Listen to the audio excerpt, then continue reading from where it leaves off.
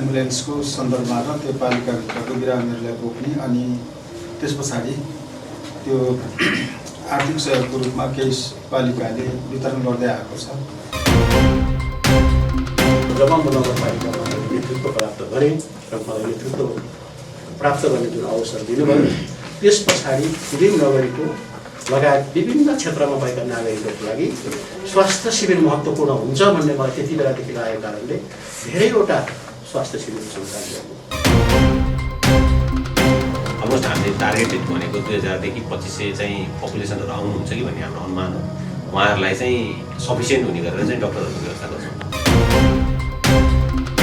र नेपाली सेनाको अनुशासित एवं प्रभावकारी व्यवस्थापकीय सैनिक फौजको सहकार्यको एउटा उत्कृष्ट नमुना प्रस्तुत गर्नेछ।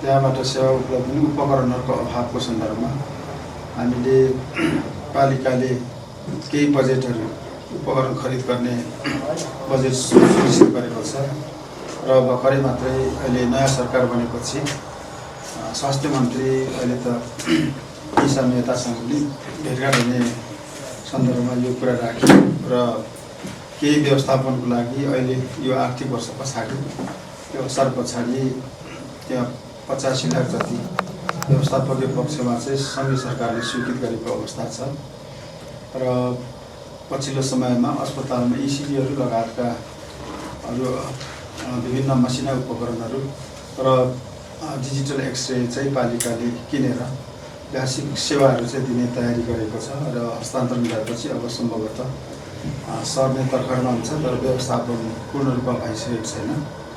र अन्य त्यो शिविरहरूको विषयमा अघि रोगीहरूको सन्दर्भमा पत्रकार महासङ्घ अध्यक्षले उठाउनुभएको रोग देखियो भने र पालिकाको मापदण्डभित्र रहने बिरामीहरूलाई 1 लाखदेखि 2 लाख सिफारिस गर्ने जुन अस्पतालसँग कन्सल्टेन्ट हुन्छ त्यहाँ सिफारिस गर्ने र एम्बुलेन्सको सन्दर्भमा र त्यो पालिकाभित्रको बिरामीहरूलाई बोक्ने अनि त्यस पछाडि त्यो आर्थिक सहयोगको रूपमा केही पालिकाले वितरण गर्दै आएको छ। त्यो लक्षण देखेर अस्पतालमा जोइन भएर त्यो रिपोर्ट आयो भने पालिकाले रोगको अवस्था हेरी दिने व्यवस्था गरेको छ भन्ने जानकारी गराउन चाहन्छु।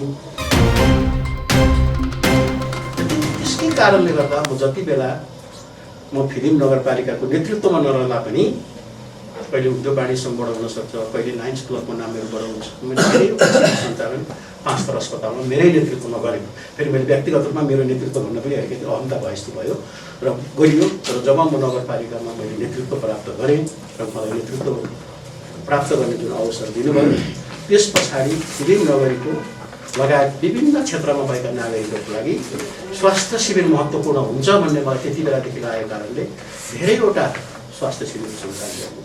आँखाको त हामीले प्रत्येक वर्ष गर्छौँ, प्रत्येकै वर्ष गरेर आइरहेको अवस्था रहेको छ। 1000भन्दा बेसी आमा बुवालाई दृष्टिवर्धन गर्ने काम गरिएको छ भने शरीरमा राखेको स्टिल हटाउने र तत्कालीन अवस्थामा कोहीलाई चाहिँ अब हड्डीको बिरामीहरू हात खुट्टा भाँचेर आउनुभयो भने निःशुल्क रूपमा उपचार गराउने कार्यहरू गरिएको थियो। त्यो 395 जनालाई त्यो उपचार गराइएको छ, 395 जनालाई। र त्यसरी हामीले काम गरिरहेका छौँ। र अहिलेको शिविरमा ठिक छ, शरीरमा रहेको हड्डीको स्टिलमा रहेको निकाल्न त्यति ठुलो कुरा रहेन होला, आँखा नदेख्नेको लागि कहीँ गएर आउनुहुन्थ्यो होला। तर हामीले 2 वर्ष अगाडि आमाहरूको पाठेघरको क्यान्सरको स्क्यानिङ गर्यो 976 जनाको। 976 जनाको स्क्यानिङ गर्दाखेरि 37 जना आमाहरूको पोजिटिभ गर्यो।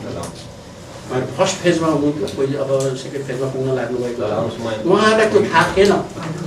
फेरि यो बिराम फेरि या त निम्न वर्गको मान्छेलाई मात्रै लागेको छ होइन, उच्च घरानाका परिवारको, शिक्षित परिवारको, शिक्षित व्यक्तित्वहरूमा पनि त्यो बिराम देखियो। र उहाँहरूले केही आमाहरूले पाठेघरै हटाएर आउनुभयो, केही आमाहरूलाई किमो लिनुभयो र केही आमाहरू उपचारको कारणले बाँच्नुभयो। र मलाई घमण्ड के लाग्छ भनेको मैले फिल्म नगरीमा केही गर्न सकेन होला, त्यो भिन्नै ठाउँमा छ। तर 37 जना त्यो शिविर नचलाएको भएदेखि 37 जना आमाहरूको के हविगत हुन्थ्यो होला। फेरि पाठेघरको क्यान्सरको बारेमा चाहिँ फर्स्ट फेजमा त्यति थाहा पनि हुँदो रहेछ क्यान्सर, सेकेन्ड फेजमा पनि त्यति थाहा हुँदो रहेछ। अझै दूरदराजमा रहेका आमाहरूलाई त थर्ड फेजतिर पुगिसके पछाडि के हुँदो र जस्तो लाग्छ, कहिलेकाहीँ कल्पना त्यो पनि गरिन्छ। र त्यस्तो त्यसले गर्दाखेरि शिविर अत्यन्तै महत्त्वपूर्ण हुन्छ। चाहिँ अब कन्सल्टेन्ट डक्टर साहबहरू आउनुहुन्छ, त्यसको सँगसँगै अब त्यो क्याम्प सञ्चालनको लागि चाहिने प्यारामेडिक्सहरू पनि आउनुहुन्छ। र यो बाहेक अब हामीले कुमाईमा भएको आधारभूत स्वास्थ्य चौकीमा भएको प्यारामेडिक्सहरूलाई पनि प्रयोगमा लिन्छौँ। र यदि अब जनशक्ति अब फाइनल डेसम्म हामीले कोर्डिनेसन गर्दै जाँदाखेरि अलिकति कम हुने भने हामी जिल्ला अस्पतालसँग पनि समन्वय गरेर चाहिँ अब त्यहाँ अलमोस्ट हामीले टार्गेटेड भनेको 2000देखि 2500 चाहिँ पपुलेसनहरू आउनुहुन्छ कि भन्ने हाम्रो अनुमान हो। उहाँहरूलाई चाहिँ सफिसियन्ट हुने गरेर चाहिँ डक्टरहरूको व्यवस्था गर्छौँ। पालिका मेक्लाजुङ गाउँपालिका र 5 तर्क मुटु फ्रिदिम नगरपालिकाका समेत सम्पूर्ण बिरामी तथा बुवा आमाहरूलाई केन्द्रबिन्दु बनाएर सेवा प्रदान गर्नेछ। आगामी 2083 साल जेठ महिनाको 13 र 14 गते 2 दिनसम्म बिहान 7 बजीदेखि बेलुकाको 5 बजीसम्म यासोक बजार स्थित 1500 कुमाई आधारभूत अस्पतालमा सञ्चालन हुने यस शिविरले विशेषज्ञ चिकित्सकहरूको क्लिनिकल विज्ञता र नेपाली सेनाको अनुशासित एवं प्रभावकारी व्यवस्थापकीय सैनिक फौजको सहकार्यको एउटा उत्कृष्ट नमुना प्रस्तुत गर्नेछ। हजुरहरूलाई अब मैले त्यहाँ हुने क्लिनिकल फोकस, क्लिनिक के हुन्छ भनेर रोगहरू सम्बन्धी जानकारी गराउने छु। यस शिविर हामीले केवल सामान्य जाँच मात्र गर्ने छैनौँ, बरु बहुविधागत विशेषज्ञ सेवाहरू जसलाई हामी मल्टी स्पेशलिस्ट केयर भनेर भन्छौँ एकै थलोमा प्रदान गर्नेछौँ, जसको विस्तृत क्लिनिकल वर्गीकरणहरू निम्न अनुसार छन्। सामान्य चिकित्सा सेवा जसलाई हामी जेनरल मेडिसिन भन्छौँ, यस विभाग अन्तर्गत उच्च रक्तचाप, मधुमेह, दम रोग, थाइरोइड, ग्यास्ट्रिक, मुटु, कलेजो र मृगौला सम्बन्धी प्रारम्भिक र जटिल रोगहरूको पहिचान तथा व्यवस्थापन गरिनेछ। विशेषज्ञभित्र हामीले विशेषज्ञ सर्जरी सेवा जसलाई हामी जेनरल सर्जरी भनेर बुझ्छौँ, ग्रामीण क्षेत्रमा निकै लामो समयदेखि लुकाएर राखिएको हर्निया, हाइड्रोसेल, पित्तथैलीको ढुङ्गा अथवा पत्थरी, एपेन्डिसाइटिसको स्क्रिनिङ र पायल्स, फिस्टुला जस्तो समस्याहरूको शल्यक्रियात्मक मूल्याङ्कन गरिनेछ।